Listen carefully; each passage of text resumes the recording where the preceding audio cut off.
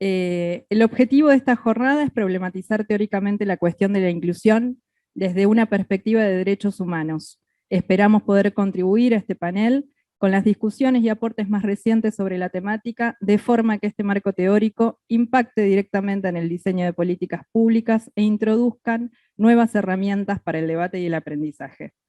Tenemos también la presencia de Nahuel González, que es ingeniero en electrónica de la Universidad Tecnológica Nacional, docente e investigador de tecnologías para la inclusión social. Se especializó en educación y nuevas tecnologías en el Flaxo, y actualmente se encuentra finalizando su tesis de maestría en Ciencia y Tecnología y Sociedad en la Universidad Nacional de Quilmes. Actualmente coordina el proyecto social Innovar para Incluir, Conocimientos y Aprendizaje Colectivo. Su ponencia lleva como título Tecnoapoyos para la Inclusión, Redes y Ejercicio de Derechos, y se propone debatir sobre la creación, uso y abandono de las tecnologías de apoyo, destacando las políticas públicas y la importancia del tejido de redes para sostener el ejercicio de derechos. Bueno, buenas tardes a todos y todas. La verdad es para mí es un honor estar hoy aquí en la Universidad de Madres. Es como decían las compañeras, como decía el rector, es un espacio de amor y un espacio de resistencia, más de cara a las próximas semanas que vamos a enfrentar, ¿verdad? Así que en ese sentido, la idea es, si sale todo bien, poder transitar desde el amor y también desde la resistencia, con un par de experiencias, sobre todo para reflexionar sobre las prácticas docentes, reflexionar sobre el diseño de políticas públicas en torno al acompañamiento del colectivo de personas con discapacidad. En particular, yo considero que el desarrollo de una persona puede verse limitado o favorecido por su contexto, pero por sobre todas las cuestiones, por las oportunidades que tenga a lo largo de su vida. Esas oportunidades están vinculadas con el acceso a la educación, a un sistema de salud que realmente lo cuide, lo albergue, a un sistema que permita justamente su desarrollo personal, al acceso al trabajo, al ocio, a la cultura. Justamente muchas veces quedan como relegadas estas cuestiones porque estamos atendiendo siempre a lo obligatorio y a replicar modelos en esta sociedad productivista. Entonces, en ese sentido, una de las cuestiones principales para mí es pensar que el acceso a todas estas cuestiones tienen que ver justamente con el ejercicio de derechos. Si pensamos qué sucede en la Argentina, en nuestro país existen 5 millones de personas con discapacidad. Tal vez ese número muchos no lo conocían, sin embargo, a partir del año 2016, con la creación de la Agencia Nacional de Discapacidad, se invisibilizó prácticamente a la mitad de esas personas. Es decir, se diseñó un instrumento de medición, un instrumento de recolección de información, en el cual se dio por sabido que había 3 millones de personas con discapacidad, no 5.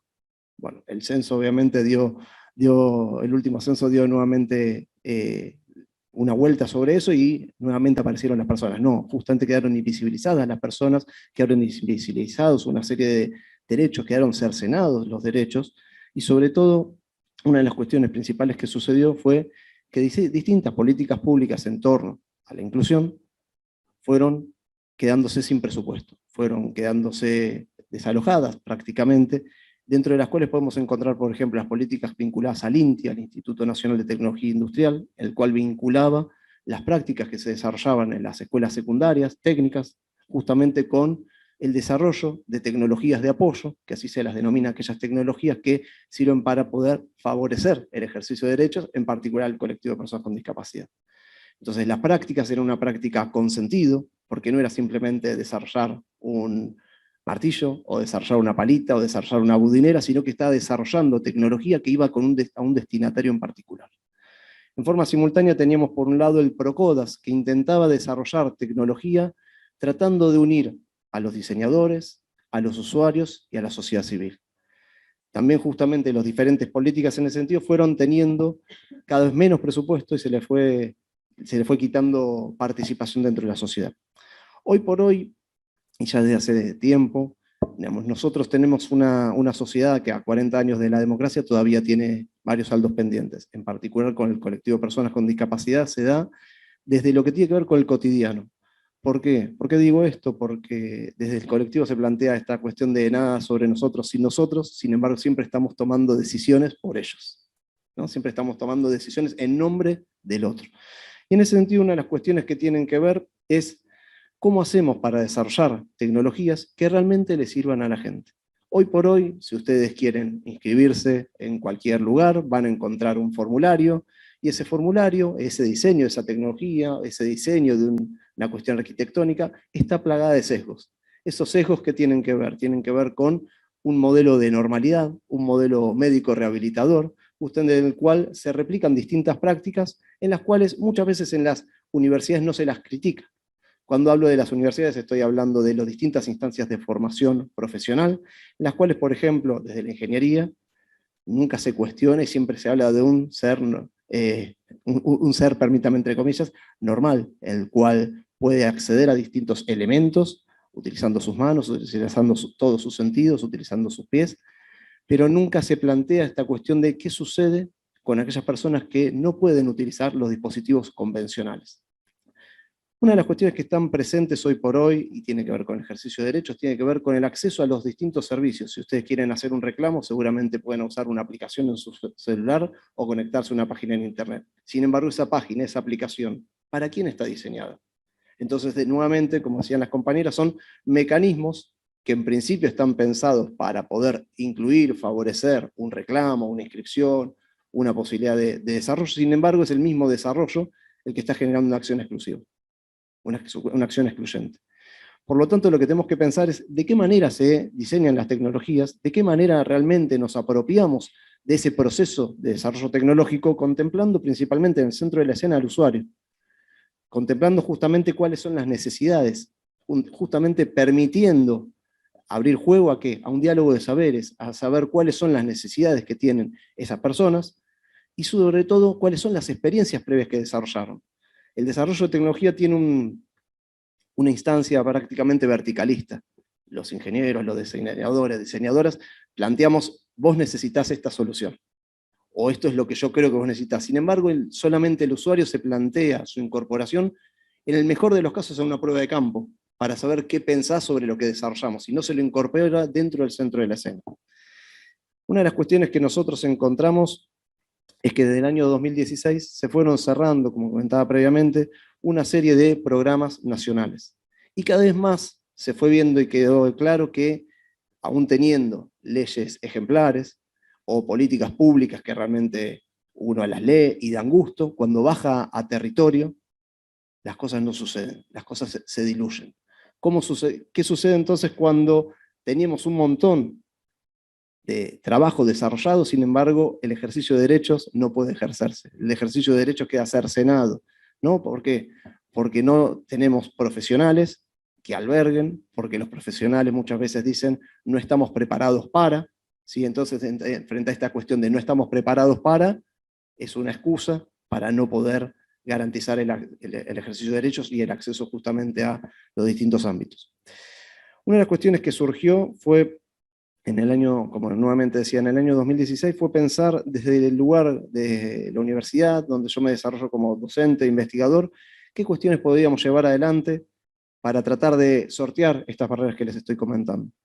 Y surgió una idea desde un proyecto social, un proyecto horizontal, que tiene que ver con innovar para incluir conocimiento y aprendizaje colectivo. Y tuvo como eje tres grandes cuestiones: lo que era la divulgación científica, porque muchas veces se habla en difícil, y si hablamos en difícil, ¿a quién le estamos hablando?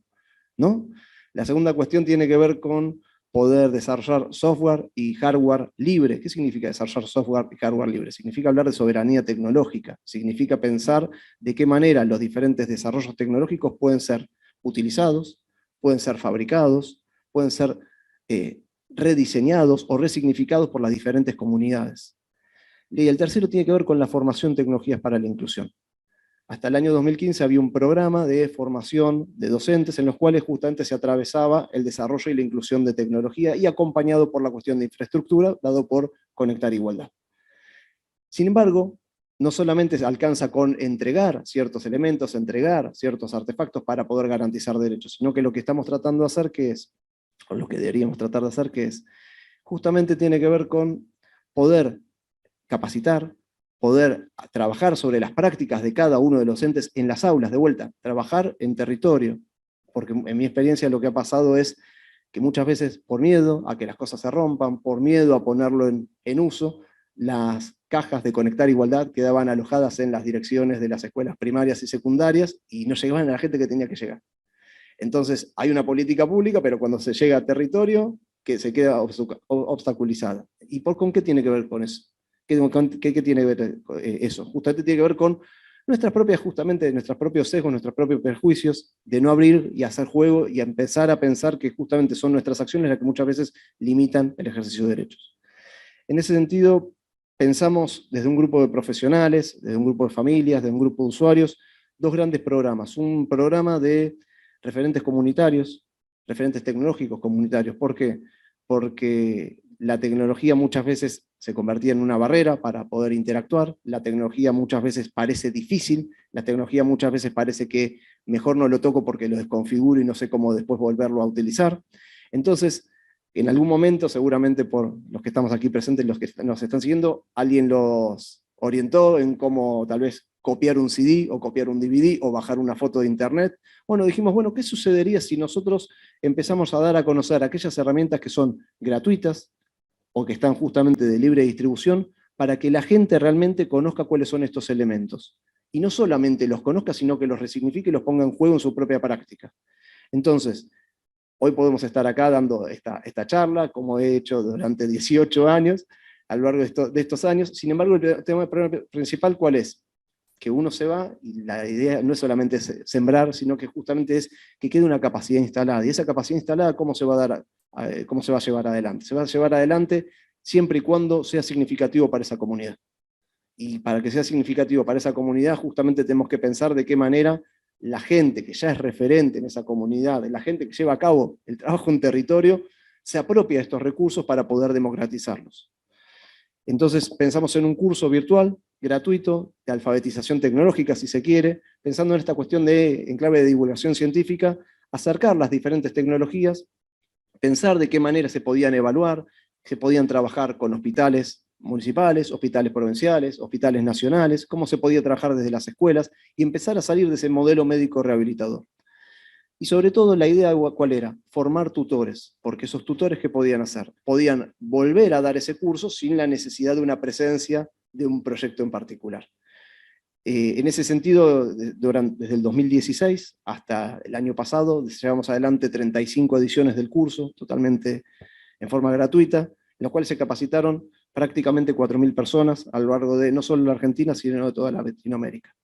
Una de las cuestiones principales que tiene este programa por eje tiene que ver con pensar cuáles son las actividades cotidianas y cómo la tecnología puede favorecer justamente la comunicación, la autonomía, la toma de decisiones.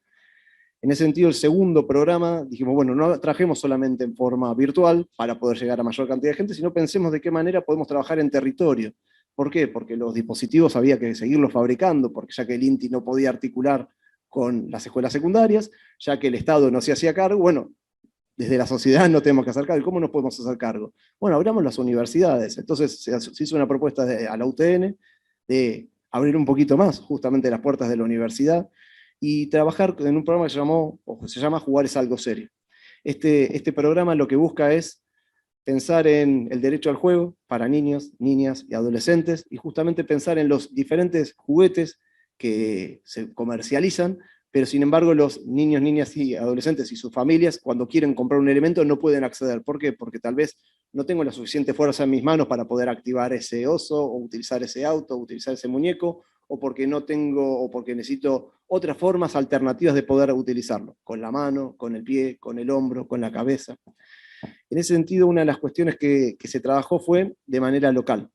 Entonces, cuando trabajamos desde la UTN en la Ciudad de Buenos Aires, relevamos a través de las alianzas o a través de generar sinergia con diferentes organizaciones de la sociedad civil y escuelas municipales, cuáles eran las necesidades que tenían los chicos y chicas que asistían a esas escuelas. Entonces, cuando se entregaba un juguete, se entregaba un dispositivo adaptado, se entregaba una tecnología de apoyo, eso ya tenía nombre y apellido. No es que vamos a diseñar tecnología y no sabemos a quién le va a llegar, sino que justamente estaban diseñadas pensando en esa necesidad, pensando en el contexto donde ese chico o esa chica desarrollaba sus actividades y sobre todo pensando en que las familias también participen. ¿Por qué? Porque nosotros estamos en la escuela 3 horas, 4 horas, 5 horas, dependiendo, o todo el día con ese niño, esa niña. Sin embargo, la familia también tiene que ser partícipe. Si no convocamos a las familias, y esto va para todos los niveles educativos, si no convocamos a las familias, estamos perdidos. Y hoy es una de las cuestiones que creo que muchas veces sucede. Las mismas escuelas excluyen en el ámbito educativo a las familias. Entonces hay una cuestión de transmisión verticalista de la información y las familias apenas se enteran de las cosas que suceden. Entonces, en este sentido, lo que hicimos fue con Juárez Algo Serio, pensar no solamente en la UTN, pensar en la Universidad Nacional de La Matanza, pensar en la Universidad Nacional de San Martín, pensar también en los clubes de barrio. ¿Por qué? Porque los clubes de barrio son espacios de referencia para los diferentes chicos y chicas y adolescentes que, por ejemplo, practican deportes o hacen alguna actividad. Entonces, ya que son espacios de referencia, ¿por qué no trabajar en territorio con ellos? Lo que hicimos fue, de vuelta, relevar cuáles son las necesidades, hacer una campaña de recolección de elementos muchas veces en desuso. Hoy estamos en una sociedad en la cual se utilizan las cosas, se rompe y se tira.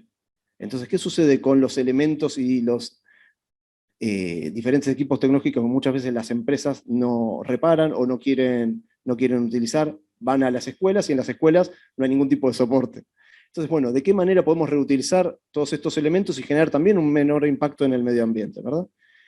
En este sentido, una de las cuestiones que se trabajó en Juárez Algo Serio fue con el trabajo con más de 2.000 chicos y chicas, y sobre todo con prácticamente 2.500 personas a lo largo desde el 2016 a la fecha.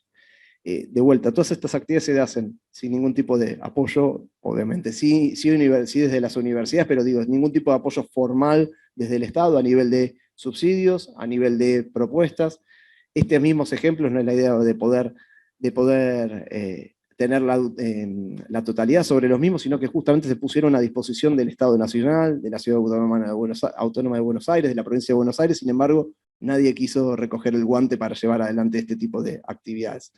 Muchas veces estas actividades se consideran demasiado sociales y poco pedagógicas. Entonces, de vuelta, cuando estamos hablando de inclusión, ¿de qué queremos realmente hablar, como sostenían las compañeras? Así que en este ámbito de resistencia, en estos espacios donde se trabajaba en distintas mesas de trabajo, se abrían las puertas de las universidades ¿a quién?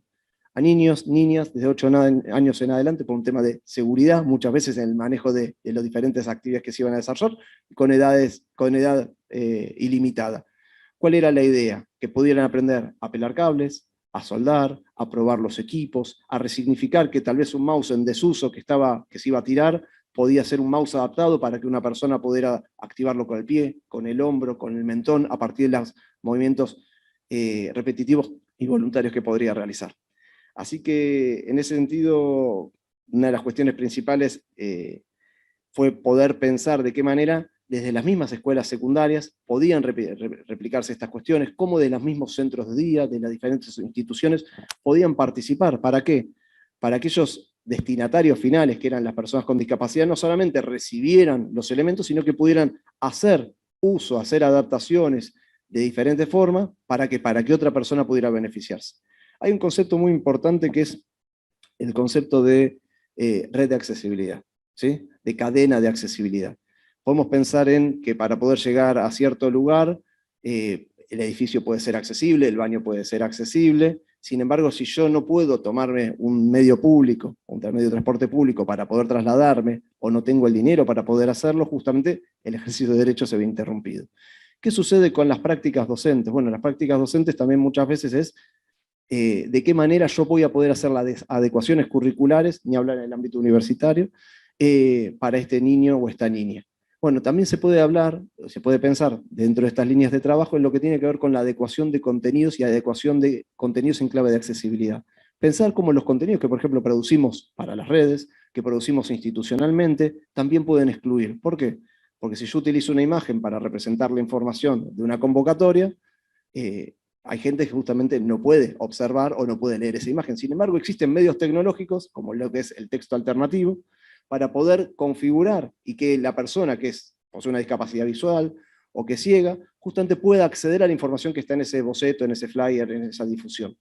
Como están estas cuestiones y estamos desarrollando un video, ese video debería tener subtítulos o debería tener la presencia de un intérprete de lengua de señas. Entonces pensemos de vuelta cómo las diferentes acciones que hacemos en el cotidiano, desde el ámbito del aula, en las cuestiones institucionales y en las cuestiones de comunicación desde el propio Estado, también estamos excluyendo un montón de destinatarios. Entonces, como para poder cerrar y comentarles un poquito en algunas imágenes, este trabajo del 2016 a la fecha, hay un video cortito, dura 4 minutos, más allá de algunas imágenes, sobre todo de algunos testimonios que me parece que son representativos para no escuchar una sola voz, sino justamente darle lugar a los participantes que realmente vale la pena.